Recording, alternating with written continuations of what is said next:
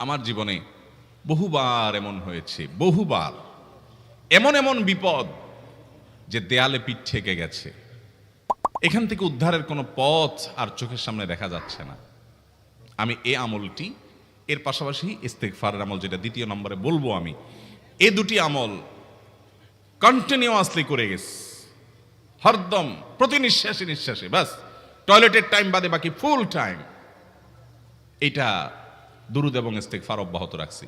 আল্লাহ তাআলা এমন ভাবে অলৌকিক ভাবে উদ্ধার করেছেন যে আমার কল্পনায়ও আসে না যে এখান থেকে এভাবে হেল্প হতে পারে। ভাইরা আমার অভিজ্ঞতার 2 পয়সার কোনো মূল্য নাই। আমার অভিজ্ঞতা কি আসলো না আসলো এটাতে কিছু আসা যায় নাই। রহমতুল লিল আলামিন আল্লাহর রাসূল, আল্লাহর নবী ওয়াদা করেছেন যে আপনার পেরেশানি দূর হবেই হবে ইনশাআল্লাহ। অতএব দুরুদের আমল বেশি বেশি করবো না ইনশাআল্লাহ। দুনিয়ার পেরেশানি, আমাদের বিপদ আপদ মুসিবত, এগুলো রিজিকের অনটন অভাব এগুলা, আর আখিরাতের পেরেশানি হলো আমাদের পাপ গুনাহ এগুলা। কোরআনে কারিমে আল্লাহ রাব্বুল আলামিন সূরা নূহের মধ্যে আল্লাহ নবী নূহ আলাইহিস সালাম তার সম্পর্কে বলছেন, ফাকুলতুস্তাগফিরু রাব্বাকুম ইন্নাহু কানা গাফফারা ইউরসিলিস সামাআ আলাইকুম মিদরারা ওয়া ইউমদিদুকুম বিআমওয়ালিন ওয়া বানিন ওয়া ইয়াজআল লাকুম জান্নাতিন ওয়া ইয়াজআল লাকুম আনহারা। রুটি রুজি নাই, চাকরি নাই, ইনকাম নাই, ব্যবসা খারাপ যাচ্ছে, পেরেশানি হচ্ছে, ইস্তেগফার ধরো, কি হবে? ইন্নাহু কানা গাফফারা। 1 নম্বর লাভ হলো আল্লাহ মাফ করে দিবেন গুনাহ। ইউরসিলিস সামাআ আলাইকুম মিদরারা, যাতে ফসল ভালো হয়, রিজিক ভালো হয় সেই ব্যবস্থা আল্লাহ করবেন। ওয়া ইউমদিদুকুম বিআমওয়ালিন ওয়া বানিন, ছেলে মেয়ে হয় না অথবা ভালো ছেলে মেয়ে নাই, আল্লাহ তাআলা নেক সন্তান দিয়ে তোমাকে শক্তিশালী করবেন, সম্পদ দিয়ে শক্তিশালী করবেন। ওয়া ইয়াজআল লাকুম জান্নাতি ওয়া ইয়াজআল লাকুম আনহারা, আল্লাহ তাআলা প্রসবন দিবেন, ফসল দিবেন, বরকত দিবেন রুজিতে। কিসের মাধ্যমে? ইস্তেগফার। কিসের মাধ্যমে ভাই? ইস্তেগফার। আহা, ইস্তেগফারের আমল আমাদের দেশে মানুষ আমরা জানি না ভাই। এটাও আরবদেরকে আমি দেখেছি সারাক্ষণ তারা অবসর সময়গুলোতে ইস্তেগফার করতে থাকে, আস্তাগফিরুল্লাহ ওয়া আতুবু ইলাইহি, আস্তাগফিরুল্লাহ আস্তাগফিরুল্লাহ। মানে কি? আল্লাহর কাছে আমি ক্ষমা প্রার্থনা করি, আল্লাহর কাছে আমি মাপ চাই, আল্লাহর কাছে আমি তওবা করি, আল্লাহর দিকে আমি ধাবিত হই, আল্লাহর কাছে আমি ফিরে যাই, আস্তাগফিরুল্লাহ আস্তাগফিরুল্লাহ। আপনি বসে আছেন নিরিবিলি, ভাইরা আমার, এখন আর নিরিবিলি বলতে কোনো সময় নাই, এখন আর ফ্রি টাইম নাই, এখন আর আমাদের অবসর টাইম নাই। আস্তাগফিরুল্লাহ কখন বলবো? মোবাইল টিপতে টিপতে টিপতে টিপতে, ফেসবুকের নোটিফিকেশন দেখতে দেখতে দেখতে, লাইক কমেন্ট গুনতে গুনতে আমাদের এখন কোনো ফুরসত নাই। বাহিরে তো নাই, টয়লেটে গেলেও তখন আমাদের ব্যস্ততা মোবাইল নিয়ে, ফেসবুক নিয়ে, ঘুমাইতে গেলেও আমাদের ব্যস্ততা। ও ভাই আমার, অথচ আমার হায়াত শেষ হয়ে যাচ্ছে, আমল নামার শূন্য খালি, ফেসবুক টিপাটিপিতে পরিপূর্ণ। আল্লাহর কাছে কি নিয়ে যাবেন? ইস্তেগফার করবেন তো ইনশাআল্লাহ। 6টা দোয়া এবং জিকির আছে, যেই দোয়া জিকিরগুলো কোরআন হাদিসে বর্ণিত সকল দোয়া জিকিরের খোলাসা, সারমর্ম এবং নির্যাস। এই 6টাকে যদি কোনো মুসলমান নিয়মিত আঁকড়ে ধরে, তাহলে কোরআন এবং হাদিসের যত দোয়া এবং জিকির আছে কেমন যেন তার নির্যাসটা নিয়মিত সে আমল করলো। বলবো সেগুলা? এই 6টা দোয়া এবং জিকিরের মধ্যে সর্বপ্রথম হলো নবী করিম সাল্লাল্লাহু আলাইহি সাল্লামের প্রতি দুরূদ প্রেরণ করা। নবীজি সাল্লাল্লাহু আলাইহি সাল্লামের প্রতি দুরূদ প্রেরণ করার আমল এরকম আমল, আপনি যদি সারা দিনে শুধুমাত্র নবীজির প্রতি দুরূদ প্রেরণ করার আমলটাই জিকির হিসাবে সবচেয়ে বেশি করেন, দোয়া হিসাবে যদি এটাই আপনি সারাদিন করতে থাকেন, তো আপনার জন্য যথেষ্ট হবে। আল্লাহর কাছে আর কিছু না চাইলেও চলবে, আর কিছু না চাইলেও চলবে। দুরূদ মানে হলো নবীজির জন্য দোয়া করা। ভাই, আল্লাহ তার হাবিবকে রহম করবেন, আপনার আমার দোয়ার দিকে আল্লাহর তাকানোর কোনো ঠেকা আছে? নবীজি কি আমাদের দোয়ার কোনো মুখাপেক্ষী? কিন্তু আমরা তার জন্য দোয়া করলে ওই চান্সে আল্লাহ তাআলা আমাদের প্রতি অনুগ্রহ করবেন। একবার না, আপনি নবীজির প্রতি একবার রহমতের দোয়া করবেন, একবার দুরূদ পাঠ করবেন, মান সাল্লা আলাইয়া মাররাতান সাল্লাল্লাহু আলাইহি আশারা। নবীজি সাল্লাল্লাহু আলাইহি সাল্লাম বলেছেন, একবার আমার জন্য তোমরা দোয়া করলে, আমার প্রতি দুরূদ পাঠ করলে, আল্লাহ তাআলা তোমাদের জীবনে 10 বার 10 জায়গায় 10 টাইমস তোমাদের উপরে আল্লাহ তাআলা অনুগ্রহ করবেন। আপনি টেরও পাবেন না কত জায়গায় আল্লাহ অনুগ্রহ করেছেন, আল্লাহ বাঁচাই দিয়েছেন, একটুর জন্য শেষ হয়ে যান নাই। ওই যে দুরূদ পড়ছেন, আল্লাহ তাআলা রক্ষা করছে, আপনি খবরও নাই, আল্লাহ তাআলা আপনার প্রতি বিশাল একটা দান করছে, আপনি লক্ষ্য করেন নাই। ওই যে দুরূদ পড়ছেন একবার 10 রহমত হবে, এভাবে যত দুরূদ পড়বে সে তত রহমত এবং অনুগ্রহ পাবে। এক সাহাবী বলেছেন, ইয়া রাসূলুল্লাহ, আমি আমার দোয়ার কত অংশ আপনার জন্য রিজার্ভ রাখবো? আমি তো আল্লাহর কাছে অনেক কিছু চাইবো, অনেক কিছু নিবেদন করব, আপনার জন্য যেন আল্লাহ রহমত নাজিল করে, এটাই হলো দুরূদ। এই দুরূদটা আমি কি পরিমাণ রাখবো? 4/1, 3/1, অর্ধেক? এরপরে সাহাবী বলছেন, আসলে যদি সবগুলোই করি, উনি এক একটা পার্সেন্টেজ বলছেন, আর নবী করিম সাল্লাল্লাহু আলাইহি সাল্লাম বলছেন যে, তাকে বোঝাচ্ছেন যে আরো বেশি করতে পারলে ভালো হয়। তো সাহাবী বাড়াইতে বাড়াইতে শেষ পর্যন্ত বলেন যে, আমার দোয়া যদি সবগুলো আপনার জন্য করি, আমি যদি আর কোনো দোয়া না করি, শুধু আপনার জন্যই দোয়া করি, নবী করিম সাল্লাল্লাহু আলাইহি সাল্লাম তাকে সুসংবাদ দিলেন যে তাহলে তোমার আর কোনো সমস্যা থাকবে না, সব সমস্যা দূর হয়ে যাবে, তোমার কোনো পেরেশানি থাকবে না। ভাইরা আমার, দুরুদের আমল এমন একটা আমল যে আপনার জীবনে কোনো বিপদ, কোনো মুসিবত, কোনো পেরেশানি, কোনো সমস্যা দেখা দিয়েছে, আপনি যদি দুরুদ পড়তে থাকেন, কোনো কিছু মনে আসছে না, অনেক সময় ছাত্র জিজ্ঞেস করে, ভাই পরীক্ষার হলে পড়া ভুলে গেছি, কি করব? আমি দুরুদ পড়া শুরু করেন। আরবদেরকে দেখা যায় কোনো কিছু ভুলে গেলে তারা বলে আল্লাহুম্মা সাল্লি আলা মুহাম্মদ, আল্লাহুম্মা সাল্লি আলা মুহাম্মদ, এটা শুরু করে তারা। কারণ নবী করিম সাল্লাল্লাহু আলাইহি সাল্লাম এর হাদিস থেকে স্পষ্টভাবে, একটি নয় বহু হাদিস থেকে প্রমাণিত, যে ব্যক্তি দুরূদটা নিয়মিত পাঠ করবে, সালাত আলা নবীটাকে যে ব্যক্তি আঁকড়ে ধরবে, সব সময় তার মুখ থেকে সালাত সালাত সালাম চলতে থাকে, এই ব্যক্তির সকল গুনাহ আল্লাহ মাফ করে দিবেন, সকল পেরেশানি আল্লাহ তাআলা মুক্ত করে দিবেন। ভাইরা আমার, দুরূদের আমলটা এত গুরুত্বপূর্ণ আমল, এটা আমরা করি এখন। অনেকে আছেন যে আনুষ্ঠানিকতা যখন থাকে দুরুদের, মিলাদের, তখন একটু সালাত আলান নবী যেভাবেই করেন, আর বাকি অনেকে আছেন যেগুলো করারও কোনো খোঁজ খবর নাই। দুরুদ বেশি বেশি করে পাঠ করবো তো ইনশাআল্লাহ। সবচেয়ে শ্রেষ্ঠ দুরুদ, সবচেয়ে উত্তম দুরুদ হলো দুরুদ ইব্রাহিম, যেটা নামাজে পড়েন। আর সবচেয়ে সংক্ষিপ্ত দুরুদ হলো সাল্লাল্লাহু আলাইহি ওয়াসাল্লাম। এছাড়া নবীজির প্রতি দোয়ামূলক যে কোনো দুরুদই আল্লাহর কাছে গ্রহণযোগ্য হতে পারে, যদি দুরুদের অর্থের মধ্যে, কথা বলার মধ্যে খারাপ কিছু না থাকে। দুরুদের নামে অনেকগুলো দুরুদ প্রচলিত আছে বিভিন্ন বই পুস্তকে, অমুক দুরুদ পড়লে অমুক এত নেকি হয়, বা অমুক দুরুদ পড়লে এতবার পড়লে ওই বিপদ দূর হয়। এগুলো কোনো হাদিস নির্দেশিত না, এগুলো হয়তো কারোর তাজরিবা, অভিজ্ঞতা নির্ভর। কিন্তু হাদিস নির্দেশিত দুরুদ হলো দুরুদ ইব্রাহিম, আর সবচেয়ে সংক্ষিপ্ত দুরুদ হলো সাল্লাল্লাহু আলাইহি সাল্লাম। অর্থের ভিতরে যদি খারাপ কিছু, শিরকের কিছু না থাকে, নবীকে আবার আল্লাহর পর্যায়ে পৌঁছানোর মতো গোমরাহি যদি না থাকে দুরুদের অর্থের মধ্যে, তাহলে যে কোনো দুরুদই আপনি আল্লাহর কাছে পেশ করতে পারেন।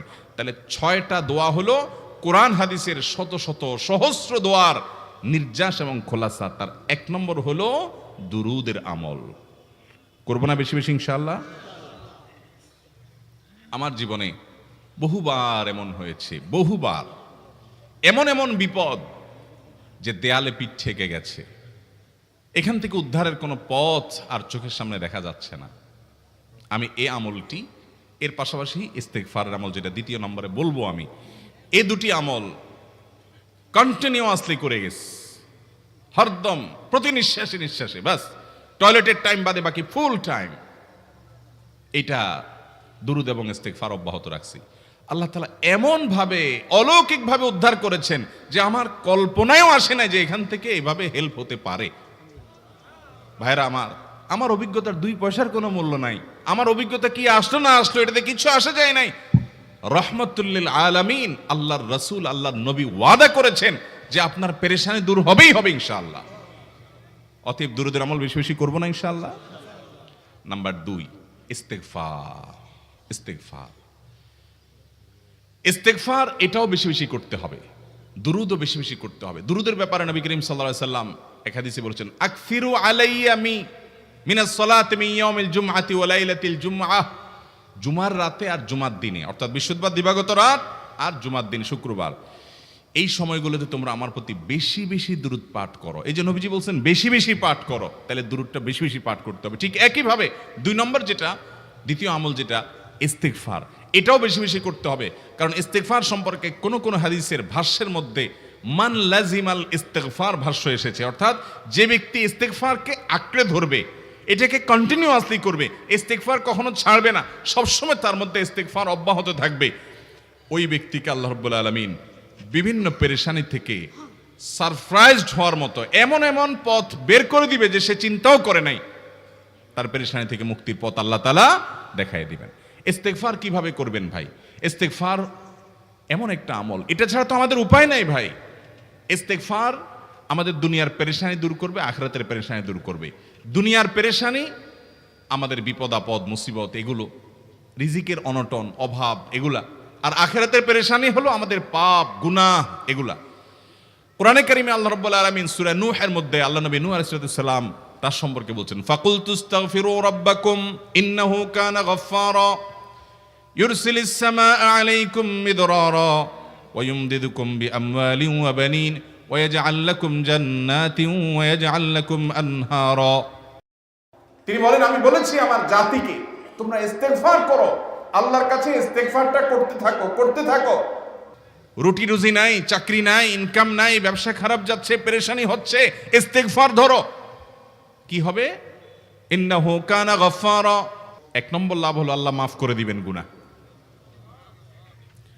ইউরসিলিস সামাআ আলাইকুম মিদরারা, যাতে ফসল ভালো হয়, রিজিক ভালো হয় সেই ব্যবস্থা আল্লাহ করবেন। ওয়া ইউমদিদুকুম বিআমওয়ালিন ওয়া বানিন, ছেলে মেয়ে হয় না অথবা ভালো ছেলে মেয়ে নাই, আল্লাহ তাআলা নেক সন্তান দিয়ে তোমাকে শক্তিশালী করবেন, সম্পদ দিয়ে শক্তিশালী করবেন। ওয়া ইয়াজআল লাকুম জান্নাতিন ওয়া ইয়াজআল লাকুম আনহারা, আল্লাহ তাআলা প্রসবন দিবেন, ফসল দিবেন, বরকত দিবেন রুজিতে। কিসের মাধ্যমে? ইস্তেগফার। কিসের মাধ্যমে ভাই? ইস্তেগফার। আহা, ইস্তেগফারের আমল আমাদের দেশে মানুষ আমরা জানি না ভাই। এটাও আরবদেরকে আমি দেখেছি সারাক্ষণ তারা অবসর সময়গুলোতে ইস্তেগফার করতে থাকে, আস্তাগফিরুল্লাহ ওয়া আতুবু ইলাইহি, আস্তাগফিরুল্লাহ আস্তাগফিরুল্লাহ। মানে কি? আল্লাহর কাছে আমি ক্ষমা প্রার্থনা করি, আল্লাহর কাছে আমি মাপ চাই, আল্লাহর কাছে আমি তওবা করি, আল্লাহর দিকে আমি ধাবিত হই, আল্লাহর কাছে আমি ফিরে যাই। আস্তাগফিরুল্লাহ আস্তাগফিরুল্লাহ। আপনি বসে আছেন নিরিবিলি, ভাইরা আমার, এখন আর নিরিবিলি বলতে কোনো সময় নাই, এখন আর ফ্রি টাইম নাই, এখন আর আমাদের অবসর টাইম নাই। আস্তাগফিরুল্লাহ কখন বলবো? মোবাইল টিপতে টিপতে টিপতে টিপতে, ফেসবুকে নোটিফিকেশন দেখতে দেখতে দেখতে, লাইক কমেন্ট গুনতে গুনতে আমাদের এখন কোনো ফুরসত নাই। বাহিরে তো নাই, টয়লেটে গেলেও তখন আমাদের ব্যস্ততা মোবাইল নিয়ে, ফেসবুক নিয়ে, ঘুমাইতে গেলেও আমাদের ব্যস্ততা। ও ভাই আমার, অথচ আমার হায়াত শেষ হয়ে যাচ্ছে, আমল নামার শূন্য খালি, ফেসবুক টিপাটিপিতে পরিপূর্ণ। আল্লাহর কাছে কি নিয়ে যাবেন? ইস্তেগফার করবেন তো ইনশাআল্লাহ? অবসর সময় ইস্তেগফার করবেন তো ইনশাআল্লাহ? নিরিবিলি আছেন, একাকী আছেন, ইস্তেগফার চালায় দেন। 10 সেকেন্ড টাইম পাইছেন, ইস্তেগফার শুরু করে দেন। ডাক্তারের কাছে গেছেন, ওয়েটিং এ আছেন, বসে আছেন, ইস্তেগফার করতে থাকেন। সিরিয়াল আছেন কোনো কাজের, ইস্তেগফার করতে থাকেন। ডিউটিতে যাচ্ছেন, গাড়িতে, বাইসাইকেলে, বাইকে, যে কোনো ভাবে পায়ে হেঁটে ইস্তেগফার করতে থাকেন। যে কোনো অবসরের সময়গুলোকে ইস্তেগফার দিয়ে পরিপূর্ণ করে দেন। ভাইরা আমার, ইস্তেগফার সকল সমস্যার সমাধান। ইস্তেগফারের ভিতরে সবচেয়ে শ্রেষ্ঠ ইস্তেগফার হলো সাইয়্যিদুল ইস্তেগফার। সাইয়্যিদুল ইস্তেগফারটা যদি মুখস্থ না পারেন, অন্তত লিখিত ভার্সনটা পড়েন। সাইয়্যিদুল ইস্তেগফারের যে অর্থ, এটার যে মর্ম, বড় হৃদয়গ্রাহী ভাই, বড় মর্মস্পর্শী। ইমানদার এটার অর্থের দিকে তাকায় যদি পড়ে, তো তার অন্তর না গলে পারে না। আল্লাহুম্মা আনতা রব্বি, হে আল্লাহ আপনি আমার রব, আপনি আমার পালনকর্তা লাগেন, আপনার সাথে আমার এই সম্পর্ক, আমি আপনার গোলাম, আপনি আমার রব, এই সম্পর্কটা আপনার সাথে আছে। আল্লাহুম্মা আনতা রব্বি লা ইলাহা ইল্লা আন্ত, ও আল্লাহ আপনি ছাড়া আমার ইবাদত, আমার গোলামি, আমার দাসত্ব, উপাসনার উপযুক্ত আর কেউ নাই। আল্লাহুম্মা আনতা রব্বি লা ইলাহা ইল্লা আন্ত খালাকতানি, আপনি আমাকে সৃষ্টি করেছেন, ওয়া আনা আবদুক, আল্লাহ আমি আপনার গোলাম। দেখেন কিভাবে আল্লাহর সাথে সম্পর্কটার কথা বলা হচ্ছে মুহাব্বতের সাথে। খালাকতানি ওয়া আনা আবদুক, আল্লাহ আপনি আমাকে সৃষ্টি করেছেন আর আমি আপনার গোলাম। ওয়া আনা আলা আহদিকা ওয়া ওয়া'দিকা মাস্তাতা'তু, আল্লাহ আপনার সাথে যে অঙ্গীকার করেছিলাম, আলাস্তু বিরব্বিকুম, আপনি জিজ্ঞেস করেছেন, আলমে আরওয়াহাতে আমরা বলেছি বালা, হ্যাঁ আপনি আমার রব। আপনাকে রব হিসাবে স্বীকৃতি দিয়ে আপনার গোলামি করার যে অঙ্গীকার আমরা করেছি, কালিমাতুশ শাহাদা যে আমরা পাঠ করেছি, এই যে আপনার সাথে কৃত অঙ্গীকার, রব হিসাবে স্বীকৃতি দেওয়ার পর, গোলাম হিসাবে মেনে নেওয়ার পর, আমি আপনার যে গোলামি করার কথা ছিল, ওয়া আনা আলা আহদিকা ওয়া ওয়াদিকা মাস্তাতাতু, যতটুকু পারছি আমি সে ওয়াদার উপরে থাকার চেষ্টা করছি আল্লাহ। ওয়া আনা আলা আহদিকা ওয়া ওয়াদিকা মাস্তাতাত আবুউ লাকা বিনিআমাতিকা আলাই, আল্লাহ আমি স্বীকার করি আপনি আমার প্রতি অনেক নিয়ামত দিয়েছেন, অনেক নিয়ামত দিয়েছেন, এটা আমি স্বীকার করি। ওয়া আবুউ লাকা বিযামবি, আর আমি এও স্বীকার করি যে আল্লাহ অনেক অপরাধ অনেক পাপ আমার দ্বারা হয়ে গেছে। ফাগফিরলি, অতএব আপনি আমাকে মাফ করে দেন। ফাইন্নাহু লা ইয়াগফিরুয যুনুবা ইল্লা আনতা, কারণ আপনি ছাড়া আর কেউ গুনাহ ক্ষমা করতে পারবে। ভাইরা আমার, অর্থের দিকে লক্ষ্য করে করে মর্মটা বুঝে বুঝে একটু সাইয়্যিদুল ইস্তিগফার পড়েন, লেখা দেখে দেখে পড়েন, ইউটিউব থেকে দেখে দেখে পড়েন, কিন্তু পড়েন। আল্লাহুম্মা আনতা রাব্বি লা ইলাহা ইল্লা আনত খালাকতানি ওয়া আনা আবদুকা ওয়া আনা আলা আহদিকা ওয়া ওয়াদিকা মাস্তাতাতু আউযু বিকা মিন শাররি আবুউ লাকা বিনিআমাতিকা আলাইয়া ওয়া আবুউ লাকা বিযামবি ফাগফিরলি ফাইন্নাহু লা ইয়াগফিরুয যুনুবা ইল্লা আনতা। এটা হলো বড় ইস্তিগফার। এত বড় ইস্তিগফার পড়তে পারেন না, কোনো পেরেশানি নাই, কোনো অসুবিধা নাই। সবচেয়ে ছোট ইস্তিগফার হলো আস্তাগফিরুল্লাহ আস্তাগফিরুল্লাহ আস্তাগফিরুল্লাহ। আল্লাহ আপনার কাছে ক্ষমা চাই, কত ভুল হয়ে যায়, কত অন্যায় হয়ে যায়। ভাইরা আমার, এটা হলো রিমুভার। ভুল করে কিছু লিখছেন, রিমুভ করে ফেলছেন, শেষ হয়ে গেছে। আপনি ঘন ঘন ইস্তিগফার পড়তে থাকেন, অগণিত ভুল হয়, অগণিত ত্রুটি হয়, বারবার ইস্তিগফার এগুলোকে সবগুলোকে শেষ করে দেয়। ভাইরা আমার, নিরাপত্তা এনে দেয়। আল্লাহ কোরআনে কারিমে বলেছেন যে আপনার রব আপনার কওমের প্রতি আযাব নাজিল করবেন না যদি আপনি থাকেন, আর যদি তারা ইস্তিগফারে রত রাখে তাহলে গণ আযাব আল্লাহর পক্ষ থেকে আসবে।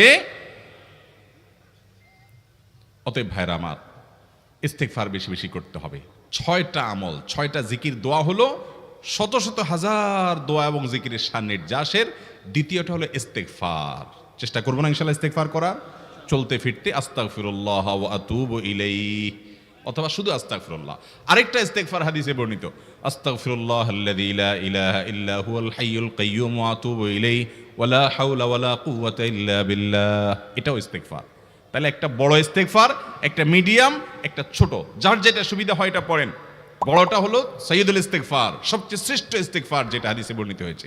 সাইয়্যিদুল ইস্তিগফার নবীজি সকাল সন্ধ্যা পাঠ করতেন, বিভিন্ন সময় পাঠ করতেন, রাতে পাঠ করার কথা বলতেন।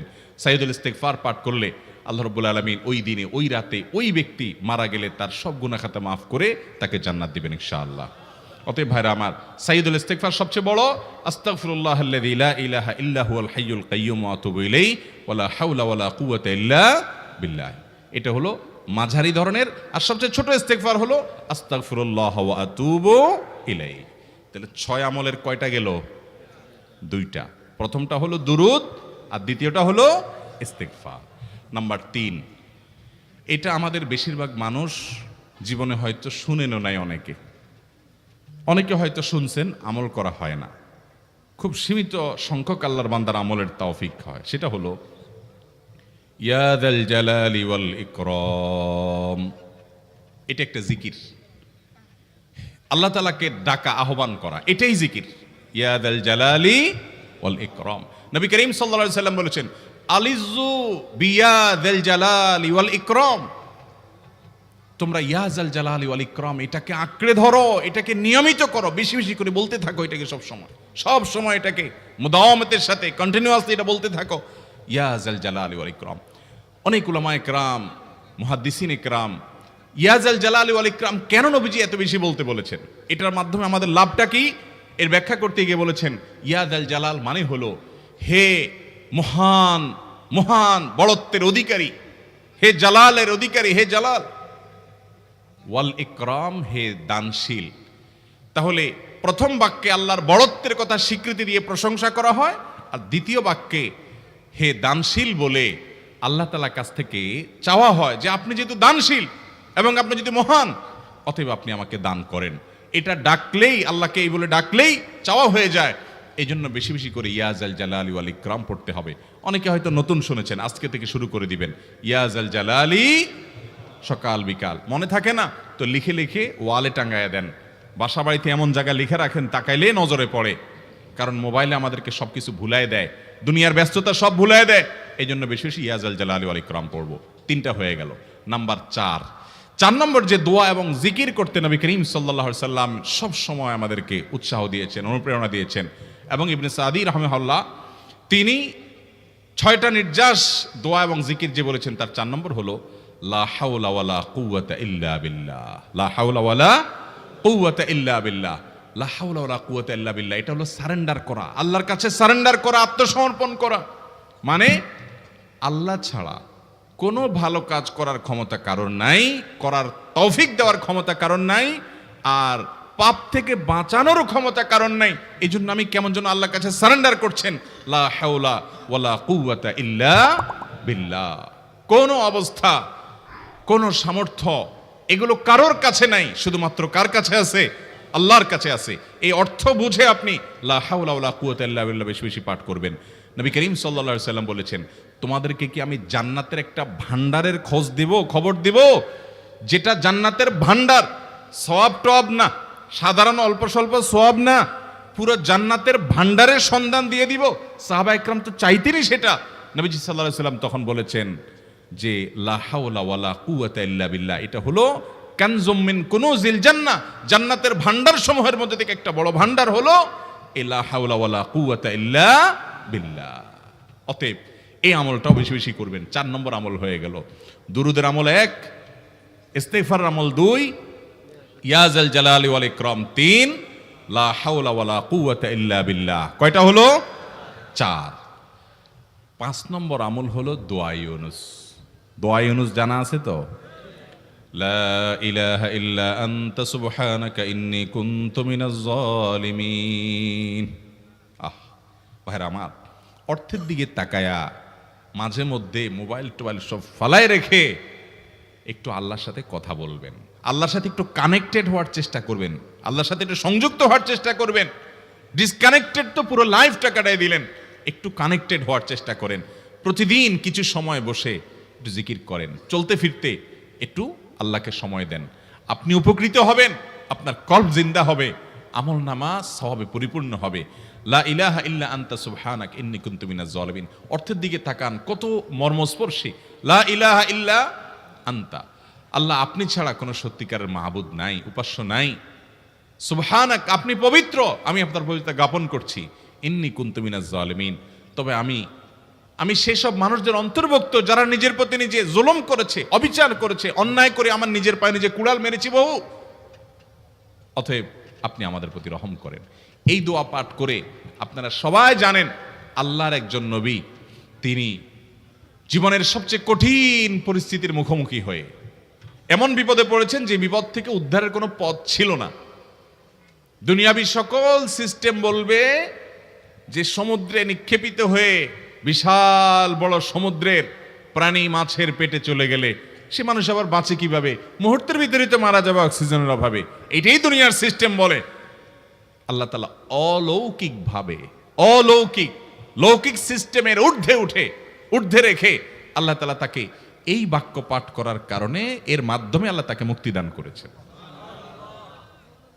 এবং আল্লাহ তাআলা এই ঘটনা কোরআনে উল্লেখ করার পর একটা সুসংবাদ বলছেন আমাদের সবার জন্য, বিরাট বড় আনন্দের সংবাদ। আল্লাহ বলেছেন ওয়াকাযালিকা নুনজিল মুমিনিন।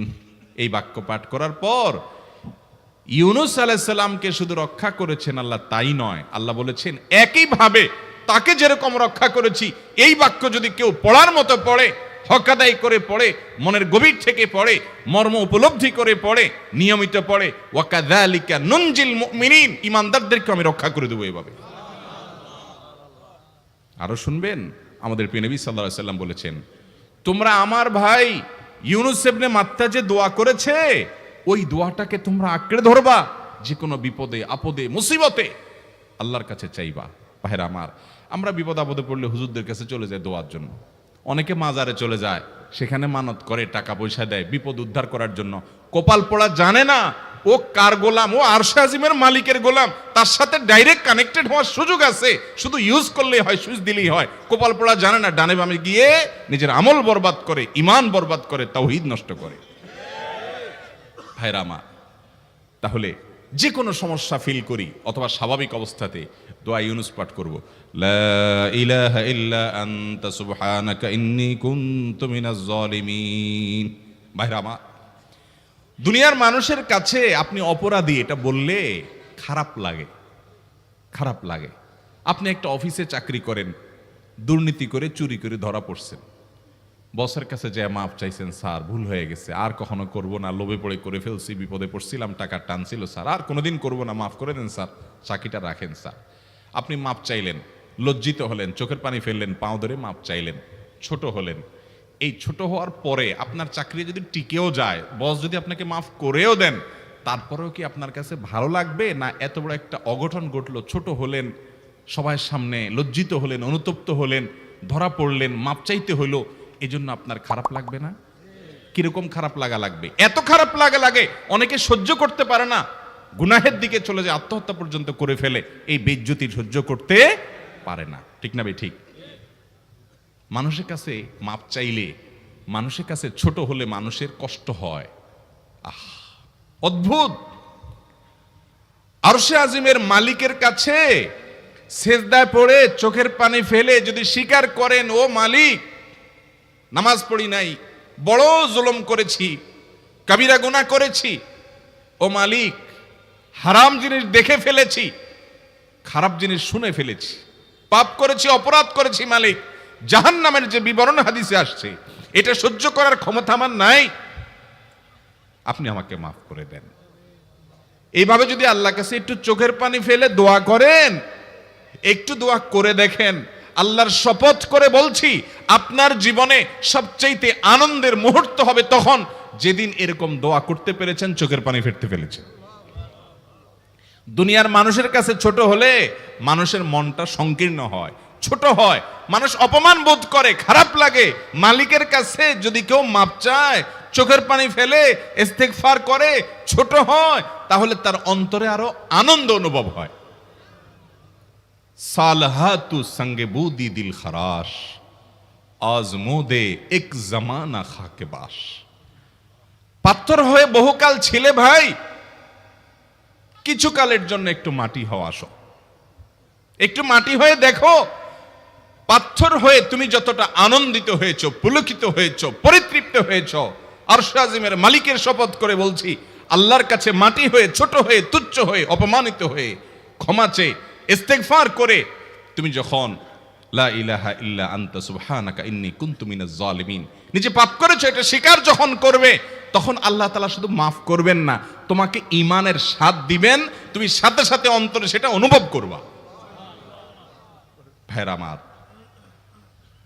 আল্লাহর দিকে ধাবিত হব তো ইনশাআল্লাহ? গুনাহের, পাপের, অপরাধের পথ ছেড়ে আসবো তো ইনশাআল্লাহ? লা ইলাহা ইল্লা আনতা সুবহানাকা ইন্নী কুনতু মিনাজ জালিমিন। কোরআন হাদিসের নির্যাসের 5 নম্বর আমল দোয়া ইউনুস। নবীজি সাল্লাল্লাহু আলাইহি সাল্লাম বলেছেন, আমার ভাই ইউনুস আলাইহিস সালাম, তিনি আল্লাহর কাছে এটা পড়ে যেরকম বিপদ থেকে রক্ষা পেয়ে গেছেন, তোমরা আমার ভাই ইউনুস আলাইহিস সালামের দোয়াটা বেশি বেশি পড়বা, ওইটাকে তোমরা আঁকড়ে ধরবা, তোমাদেরকে আল্লাহ তাআলা উদ্ধার করবেন। আল্লাহ কোরআনে ওয়াদা করেছেন, ওয়া কাযালিকা নুনজিল মুমিনিন, এভাবে আমি ঈমানদারদেরকে রক্ষা করব। অতএব ভাইরা আমার, বিপদ আপদে ওই মাজারে দৌড় দিবেন না, হুজুরের কাছে দোয়া চান, এটাতে দোষের কিছু নাই, কিন্তু সবকিছুর আগে আপনি নিজে নিজের মালিকের কাছে চান। আমরা অনেকে দোয়া করি না, কেন করি না? আমরা মনে করি, যাই রে, আমি এত গুনাহগার মানুষ, আমার দোয়া কবুল হবে, এই জন্য হুজুরের কাছেই শুধু যায়, যে হুজুর যদি কিছু বলে দেয়। আল্লাহর কাছে ডাইরেক্ট চাইলে যে পাওয়া যাবে, এটা অনেক মুসলমান বিশ্বাস করে না, ভালো করে জানে না। ভাইরা আমার, আল্লাহ কোরআনে বলেছেন, উদউনি আস্তাজিব লাকুম, তোমরা আমার কাছে দোয়া করো, আমি কবুল করব, ওয়াদা করেছেন আল্লাহ তাআলা। আমার রব কি ওয়াদার খেলাফ করে? আমাদের রব ওয়াদার খেলাফ করে?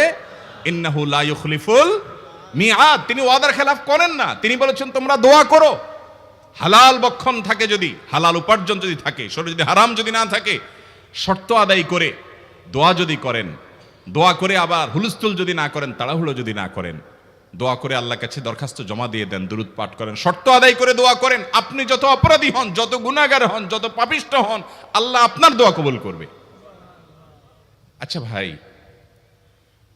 আমরা যত খারাপ হই, আপনি নামাজ পড়েন না, আপনি ফিল্ম দেখেন, আপনি হারাম জিনিস দেখেন, আপনি অনেক খারাপ কাজ করেন, গালিগালাজ করেন, মানুষের হক মারেন, যত খারাপ আপনি হন, আপনি ইবলিসের চেয়ে বেশি খারাপ হতে পারবেন? ইবলিসের চেয়ে বেশি খারাপ হওয়ার সুযোগ আছে? খারাপের বাপ সে, তার মতো খারাপ তো আপনি চাইলেও হতে পারবেন না, ঠিক না ভাই? ঠিক। আচ্ছা, এই ইবলিস আল্লাহর কাছে দোয়া করছে কখন? এমন সময় যখন আল্লাহ তাকে নির্দেশ করছে সেজদা করো, আদমের সম্মানে। সেই নির্দেশ সে লঙ্ঘন করেছে, ডাইরেক্ট আল্লাহর সামনে সরাসরি লঙ্ঘন, সরাসরি বিদ্রোহ। আপনার সামনে আপনার ছেলে, আপনার কর্মচারী, আপনার কাজের লোক ডাইরেক্ট যদি একটা জিনিস বলে পারবো না, কি পরিমাণ মেজাজ আপনার গরম হবে চিন্তা করেন। অথচ আপনিও মানুষ, সেও মানুষ, আর আল্লাহ হলেন সৃষ্টিকর্তা, এ হলো সৃষ্টি। সে যুক্তি দেখায়, খালাক্তানি মিন নার ওয়া খালাক্তাহু মিন তিন, আমারে আগুন থেকে তৈরি করছেন, তারে মাটি থেকে তৈরি করছেন, আমি কেন তারে সিজদা করব? তর্ক যুক্তি হাজির করে আল্লাহর নির্দেশকে আল্লাহর সামনে লঙ্ঘন করেছে। কত ডেঞ্জারাস সিচুয়েশন বুঝেন, কি পরিমাণ রাগ আল্লাহ রাব্বুল আলামিন হওয়ার কথা। তার তো গুণবাচক নাম শুধু রহমান রহিম না, তার গুণবাচক নাম আছে কি? কাহার, জব্বার। তো আল্লাহ রাব্বুল আলামিনের এই গুণবাচক নামও তো আছে। তিনি হচ্ছে প্রচন্ড রকমের কাহারের অধিকারী। তো আল্লাহর সামনে ডাইরেক্ট তার আদেশকে লঙ্ঘন করেছে, হঠকারিতা দেখিয়েছে, অহংকার করেছে, দম্ভ দেখিয়েছে, এত বড় বেয়াদবি করেছে। ওই টাইমে আল্লাহ তাআলা তো রাগ হওয়ার কথা। ওই রাগের সময়, ওই কঠিন সময় ইবলিস যখন আল্লাহ তাকে বললেন, যাও ফখরুজ মিনহা ফাইন্নাকা রাজিম, জান্নাত থেকে বের হও, তুমি বিতাড়িত, আল্লাহ রাগ হয়ে তাকে জান্নাত থেকে বের করে দিলেন। ভাইরা আমার, এই রকম সময় পর্যন্ত ইবলিস দোয়া করে বসছে। কি দোয়া করছে? রব্বি আনজিরনি ইলা ইয়াউমি ইউবআসুন, আল্লাহ আমাকে সুযোগ দেন, কিয়ামত পর্যন্ত হায়াতটা দেন আমারে। দোয়া করে বসছে। কিন্তু আল্লাহ তাআলা কি করছেন? আল্লাহ বলছেন, তো বড় সাহস তোর বেটা, মাত্র সিজদা করতে বলছেন করলি না, কমবখত, আবার দোয়া করস? আল্লাহ সেটা বলেন নাই। আল্লাহ কি করছেন? ইন্নাকা মিনাল মুনজারিন, যাও তোমাকে সুযোগ দেয়া হলো। সুবহানাল্লাহ। ইবলিস যদি আল্লাহর রাগ হওয়ার মতো সময়ে, ক্রোধ হওয়ার মতো সময়ে আল্লাহর সামনে আল্লাহর সরাসরি অবাধ্য হয়ে আল্লাহ তাকে বের করে দিচ্ছেন, বিতাড়িত শয়তানকে, ওই টাইমে যদি দোয়া করার পর ইবলিসের দোয়া কবুল হয়, ও মুসলমান, আপনি আল্লাহর গোলাম হিসেবে নিজেকে স্বীকার করেন, আপনি যত পাপিষ্ঠ হন না কেন, আপনার দোয়া কেন কবুল হবে না? আল্লাহর কাছে দোয়া করবো না ইনশাআল্লাহ? ইবলিসই আমাদেরকে বুঝায়, ফুসলায়, তুই কোন মুখে দোয়া করবি আল্লাহর কাছে? তোর নামাজের ঠিক নাই, তোর ইবাদতের ঠিক নাই, এত আকাম কুকাম করস ফেসবুকে, ইউটিউবে, তোর মতো 2 নম্বর একটা মানুষ, কোন মুখে আল্লাহর কাছে দোয়া করবি? থাক, দোয়া করিস না, আমি কেমনে এই মুখ নিয়ে দোয়া করবি? এটা যখন আপনার মনের ভিতরে আসে, তখন বুঝবেন যে মিস্টার ইবলিস অ্যাক্টিভ হয়ে গেছে আপনার শরীরে। কথা কি বুঝাতে পারছি? আল্লাহর কাছে দোয়া করবেন তো ইনশাআল্লাহ? এই 6টা দোয়া জিকিরের 5 নম্বর দোয়া ইউনুস, অর্থ সহকারে বুঝে বুঝে আল্লাহর কাছে চাইবেন এবং দোয়া করবেন। 6 নম্বর হলো সুবহানাল্লাহ, আলহামদুলিল্লাহ, লা ইলাহা ইল্লাল্লাহ, আল্লাহু আকবার। এই বাক্যগুলো দেখবেন ঘুরে ফিরে নবী করিম সাল্লাল্লাহু আলাইহি ওয়াসাল্লাম সারাদিন পড়তেন। 5 ওয়াক্ত নামাজের পরে 33 বার দেখবেন। আবার দেখবেন সকাল সন্ধ্যায় সুবহানাল্লাহি ওয়া বিহামদিহি 100 বার, সুবহানাল্লাহি ওয়াল হামদুলিল্লাহি আল্লাহু আকবার 100 বার। আবার এগুলো মাঝে মধ্যে 10 বার, রাতের শোয়ার সময় 33, 34 বার। বিভিন্ন সময় দেখবেন ঘুরে ফিরে এই সুবহানাল্লাহ, আলহামদুলিল্লাহ, লা ইলাহা ইল্লাল্লাহ, আল্লাহু আকবার, এগুলো একটা মিজানের পাল্লাকে পরিপূর্ণ করে দেয়। কোনোটা আসমান এবং জমিনের মধ্যবর্তী জায়গায় সওয়াব দিয়ে পরিপূর্ণ করে দেয়। এত বেশি ফজিলতপূর্ণ জিকির। এই জন্য পুরো কোরআন হাদিসের দোয়া এবং জিকিরের নির্যাসের শেষ এবং 6 নম্বর হলো বেশি বেশি করে দিন রাত 24 ঘন্টা যখন সুযোগ পাবেন, যেখানে যেখানে হাদিসে যে সংখ্যা বলা আছে ওটাতে করবেনই, ওর বাইরেও বেশি বেশি করে সুবহানাল্লাহ, আলহামদুলিল্লাহ, লা ইলাহা ইল্লাল্লাহ, আল্লাহু আকবার বেশি বেশি করব না ইনশাআল্লাহ? আবারও বলছি, পুরো কোরআন হাদিসের দোয়া এবং জিকিরের নির্যাস 6টির একটি হলো, এটি ইবনে সাইদি রহমাহুল্লাহর গবেষণা, তার গবেষণার আলোকে তিনি এটা পেশ করেছেন। এটি আবার কোনো হাদিস থেকে নির্যাস বের করে দেওয়া হয়েছে সে নয়, এটা একজন মুফাসসিরের গবেষণা। তিনি বলেছেন কোরআন হাদিসে যত দোয়া বলা হয়েছে সবগুলার মর্ম কথা এর মধ্যে চলে আসে। তাছাড়া নবী সাল্লাল্লাহু আলাইহি সাল্লাম এবং কোরআনে এইগুলাকে বেশি বেশি করতে বলেছেন। আলিজ্জু, আকফিরো, মান লাজিমা, এই শব্দগুলো ব্যবহার করা হয়েছে, এই জন্য এগুলো বেশি বেশি করে করতে হবে। এই যে শেষেরটা নবী সাল্লাল্লাহু আলাইহি ওয়াসাল্লাম সবসময় বিভিন্ন জায়গায় করতেন। আবারও বলছি, নাম্বার 1 দুরুদ, নাম্বার 2 ইস্তিগফার, নাম্বার 3 ইয়া যাল জালালি ওয়াল ইকরাম, নাম্বার 4 লা হাওলা ওয়ালা কুওয়াতা ইল্লা বিল্লাহ, জান্নাতের ভান্ডার এটা। নাম্বার 5 লা ইলাহা ইল্লা আনতা সুবহানাকা ইন্নী কুনতু মিনাজ জালিমিন, বিপদ না আসলেও স্বাভাবিক অবস্থায় পড়বেন। নাম্বার 6 সুবহানাল্লাহি ওয়াল হামদুলিল্লাহি ওয়া লা ইলাহা ইল্লাল্লাহু আল্লাহু আকবার। নিয়মিত করব তো ইনশাআল্লাহ। আল্লাহ আমাকে আপনাকে আমাদের সবাইকে আমল করার তৌফিক দান করুন, সব সময় জিকিরের মধ্যে থাকার তৌফিক দান করুন। জাযাকুমুল্লাহু খায়রা ওয়া আখিরু দাওয়ানা আলহামদুলিল্লাহি রাব্বিল আলামিন।